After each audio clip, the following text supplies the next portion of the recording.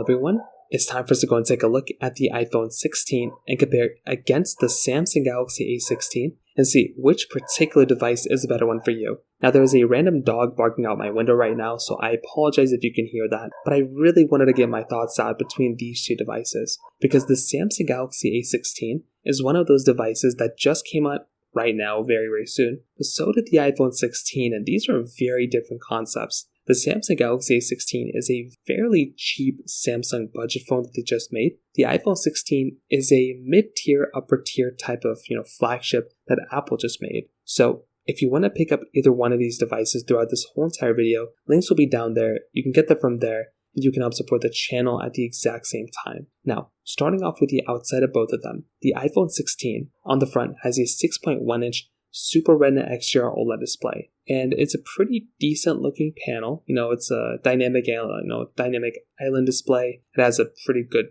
display for the most part, up to 2000 nits of brightness, and I do think it's a pretty nice looking display. I don't really have too many things to complain about here when it comes down to this type of panel. The Samsung Galaxy A16 on the other hand actually has a bigger sized 6.7-inch Super AMOLED display. It's 1080p, it's not that much lower resolution than something like the iPhone 16, and it's a 90Hz panel as well. Now with those things being said, yes, there are some ways that this panel is better than the iPhone 16, things like that 90Hz panel, but I would probably say on average the iPhone 16's panel is still better. I prefer that panel more, but the Samsung Galaxy A16 still looks like a very nice panel as well. It's good for how cheap that phone is. On the bottom, USB Type-C ports on the bottom of both of them. The Galaxy A16 is pretty much built out of plastic, but it does actually feel pretty decent for a plastic phone. The iPhone 16 is giving you this, frosted glass back, which feels great. The Galaxy A16 is giving you a plastic back, so that in and of itself is an interesting thing. Triple camera setup on the backs of the Galaxy A16,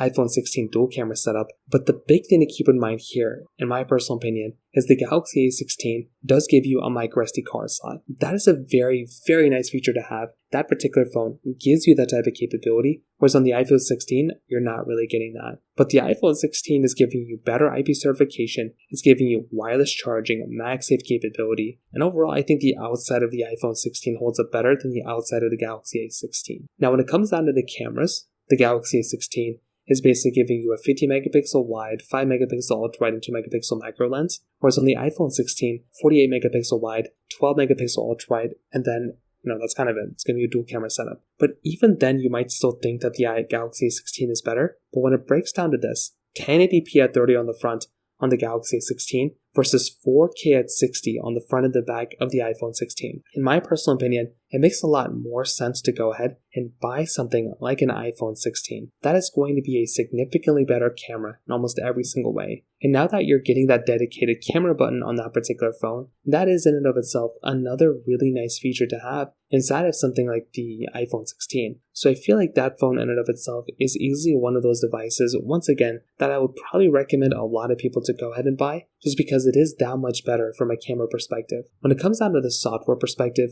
I'm not really too sure which one's going to last longer here. I feel like both these devices are still going to be lasting for quite a bit of time. They're going to be supported for many years from now, so I don't think that's going to be too much of an issue. The Galaxy 16 is said to be supported with software for several more years. I guess we'll have to see and wait what happens there, but I probably would say from that particular perspective too, both these phones have nothing to really worry about when it comes down to that side. Battery life wise, Galaxy A16 is giving you a 5000 mAh battery inside, where the iPhone 16 is giving you a 3561 mAh battery. So this in and of itself again is another very big advantage. Having something like the Galaxy A16 giving you that massive size battery I think is a really nice feature, but I think the iPhone 16 still is a very nice type of device as well. And finally, performance. The Samsung Galaxy A16 is giving you that MediaTek Helio G99 chipset with 4 to 8 gigabytes of RAM. With the iPhone 16, it's giving you that Apple A18 chipset inside with 8 gigabytes of RAM. And in my personal opinion, if you're going to look at both these devices, it is a very